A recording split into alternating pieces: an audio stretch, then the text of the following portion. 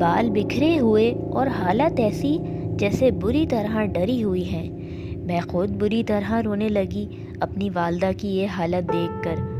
انہیں پانی وغیرہ پلایا، کچھ دیر تک ان کی حالت کچھ بہتر ہوئی تو انہوں نے بتایا کہ جب میں اس کمرے میں آ کر لیٹی تو مجھے شدید چکر آ رہا تھا۔ میں نے سوچا کچھ دیر سو جاتی ہوں۔ ابھی میری ہلکی سی آنکھ لگی ہی تھی کہ مجھے اپنے اوپر کچھ وزن سا محسوس ہوا۔ میں نے ڈرتے ڈرتے ہلکی سی آنکھ کھولی تو ایک عورت میرے بالکل سامنے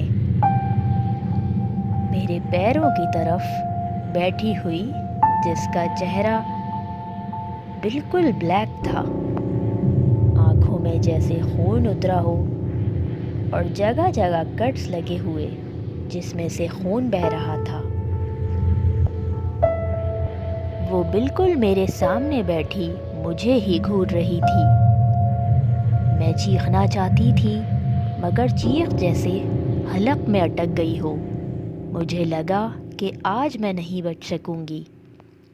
میں نے آنکھیں بند کیں جیسے اسے دیکھا ہی نہ ہو، اور ہمت کر کے دل ہی دل میں آیت الکرسی اور جو دعائیں یاد تھیں سب پڑھنے لگی، اور ایک دم سے پوری طاقت کے ساتھ اس کے چہرے پہ پھونک مار دی۔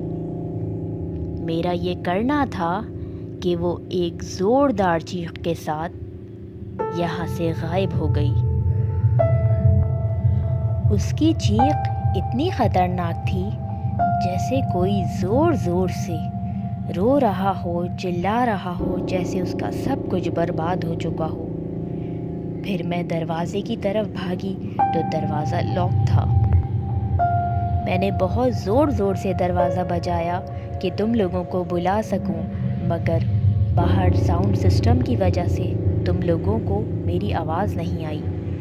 اتنے میں میرے بھائی کو یاد آیا کہ کیسے اسے ایک دم اتنے شور میں بھی کسی کے رونے کی آواز آئی، جیسے کوئی بلک بلک کے رو رہا ہو سسکیوں کے ساتھ۔ ہم نے فوراً ہی سوچا کہ سب کچھ جلدی جلدی پیک کر کے یہاں سے بس نکلنے کی تیاری کی جائے۔ ابھی یہ سوچا ہی تھا اور کچھ سامان سمیٹا تھا کہ ایک دم لائٹ چلی گئی۔ آپ کو بتاتی چلوں کہ وہاں جنریٹر وغیرہ کا بھی انتظام تھا، اور ہم اپنے ساتھ پیٹرول اور ساری اس ٹائپ کی چیزیں لے کر گئے تھے۔ بہت کوشش کی بھائی نے، ماموں نے اور تمام جتنے بھی ہمارے ساتھ لوگ تھے، لیکن جنریٹر اسٹارٹ نہ ہوا۔ خیر ہم نے اسی گھبراہٹ میں موبائل کی ٹارچ آن کی اور جو رکھ سکتے تھے بس جلدی جلدی وہ رکھ لیا۔ کافی سارا سامان تو ہمیں یاد بھی نہیں کہ ہم نے وہیں ہی چھوڑ دیا، کیونکہ جتنا کھانے پینے کا سامان تھا وہ سب لینا اتنا ضروری نہیں تھا۔ ابھی بس خوف سے یہ حال ہو رہا تھا کہ بس جلد سے جلد یہ جگہ چھوڑ دی جائے۔ جب ہم سامان پیک کر رہے تھے اس وقت بھی ہمیں ارد گرد سے کبھی کسی کے ہنسنے کی، کبھی کسی کے رونے کی، اور کبھی سیڑھیوں پہ ٹک ٹک ٹک جیسے کوئی اتر رہا ہو، جیسے کسی نے کوئی ہیل وغیرہ پہنی ہو، اس کی آوازیں بار بار محسوس ہو رہی تھیں۔ لٹرلی میں آپ کو بتا نہیں سکتی کہ کس طرح ہم وہاں سے نکلے اور ہماری کیا حالت تھی۔ میں، میری بہن اور میں جو کہ والدہ کو سنبھالے ہوئے تھے، کیونکہ ان کی بھی جو حالت تھی وہ بار بار ایسا لگتا کہ بے ہوش ہو رہی ہیں۔ جیسے تیسے کر کے ہم نے وہ سارا سامان گاڑی میں رکھا، سب کو گاڑی میں بٹھایا تو گاڑی ہی سٹارٹ نہ ہو۔ ڈرائیور تھک گیا گاڑی سٹارٹ کر کر کے۔ بہت دیر کے بعد گاڑی سٹارٹ ہوئی، لیکن گاڑی چل نہیں رہی۔ ایسا لگ رہا تھا کہ کوئی پوری طاقت کے ساتھ گاڑی کو روک رہا ہے، جیسے کوئی بہت زیادہ وزن ہے جو اس گاڑی کو اپنی جگہ سے ہلنے نہیں دے رہا۔ پھر میری بہن نے اپنے موبائل میں کچھ آیتیں وغیرہ لگائیں اور تقریباً سب ہی زور زور سے کچھ نہ کچھ پڑھنے لگے۔ اب ہم اپنا آدھا راستہ طے کر چکے تھے تو ہمیں گاڑی کے ڈرائیور نے بتایا کہ جب میں نے آپ لوگوں کو ہٹ کے پاس چھوڑا تھا اور میں گاڑی پارک کرنے لگا تو میں اندر ہی کچھ دیر سیٹ پہ لیٹ گیا. ٹھنڈی ٹھنڈی ہوا چل رہی تھی. میرا کچھ دیر موڈ ہوا کہ میں سو جاتا ہوں. اتنے میں مجھے ایسا لگا کہ ونڈو کے شیشے پہ جیسے کوئی زور زور سے ہاتھ مار رہا ہو. میری ہلکی سی آنکھ لگ چکی تھی لیکن میں چونک کے اٹھا اور میں نے جیسے ہی باہر دیکھا تو وہاں کوئی نہ تھا. میں نے سوچا کہ آپ لوگوں کے ساتھ بچے بھی تھے تو شاید ان میں سے یہ کسی کی شرارت ہو. میں واپس لیٹ گیا. پھر تھوڑی دیر کے بعد ویسا ہی دوبارہ ہوا. اب ایسا لگ رہا تھا کہ کوئی بہت غصے میں ہے اور زور زور سے دروازے بجا رہا ہے.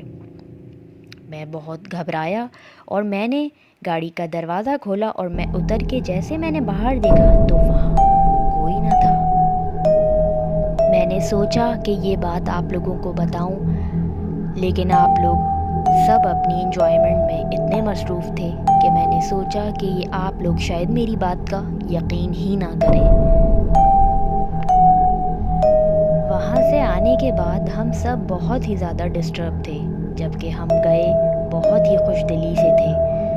بعد میں ہمیں ماموں نے بتایا کہ وہ ہرٹ کئی سالوں سے بند تھا کیونکہ زیادہ تر لوگ دن میں آتے اور اپنے ساتھ ٹینٹ وغیرہ کا انتظام کر لیتے تو انہیں اتنی ہرٹ کی ضرورت نہ پڑتی اور کچھ ریٹس کی وجہ سے بھی لوگ ایسا ہی اپنا ٹیمپرری بندوبست کر لیا کرتے.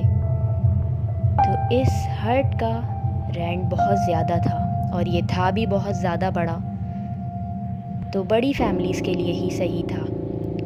اس کا جو آنر تھا وہ میرے ماموں کا بہت اچھا دوست تھا تو اس نے ماموں سے کافی کم پیسوں میں بات چیت کر لی. میں آپ سب سننے والوں سے بھی یہی کہوں گی کہ آپ لوگ بھی اگر پکنک وغیرہ پہ سمندر پہ جا رہے ہیں تو کوشش کیجئے کہ دن میں جلدی نکل جائیں اور شام ہونے سے پہلے ہی لوٹ جائیں کیونکہ سمندر پہ اکثر شام کے وقت سنا جاتا ہے کہ اس طرح کی مخلوقات لوگوں کو نظر آتی ہیں. وہ ہماری قسمت اچھی تھی جو ہم وہاں سے صحیح سلامت زندہ لوٹ کر آ گئے. میں اللہ کا بہت شکر ادا کرتی ہوں. میری کہانی کو شامل کرنے کا بہت بہت شکریہ. خدا حافظ.